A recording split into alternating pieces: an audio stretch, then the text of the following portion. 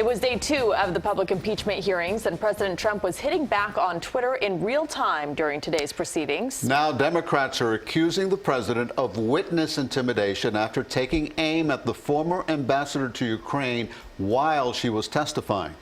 CBS 4's Nikole Killion has the latest from Capitol Hill. Nikole?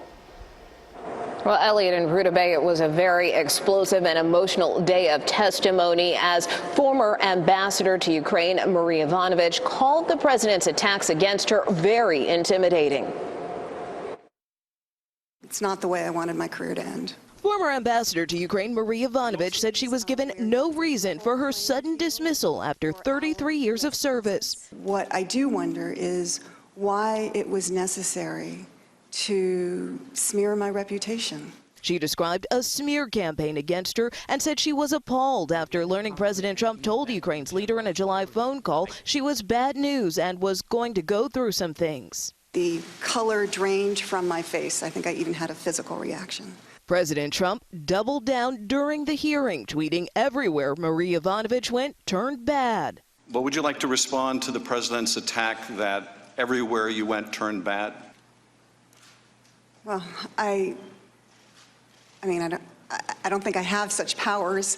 Democrats instantly rebuked the president. We take this kind of witness intimidation and obstruction of inquiry very seriously. The White House said it's not intimidation, it's simply the president's opinion. Tampering is when Schiff doesn't let us have witnesses, doesn't let us speak. I've been watching today. For the first time I started watching, and it's really sad when you see people not allowed to ask questions. Republicans called the proceeding a farce. I'm not exactly sure what the ambassador is doing here today. This seems more appropriate for the Subcommittee on Human Resources at the Foreign Affairs Committee. Just as the hearing began, the White House released a call summary of President Trump's first conversation with Ukrainian President Volodymyr Zelensky, which was read into the record.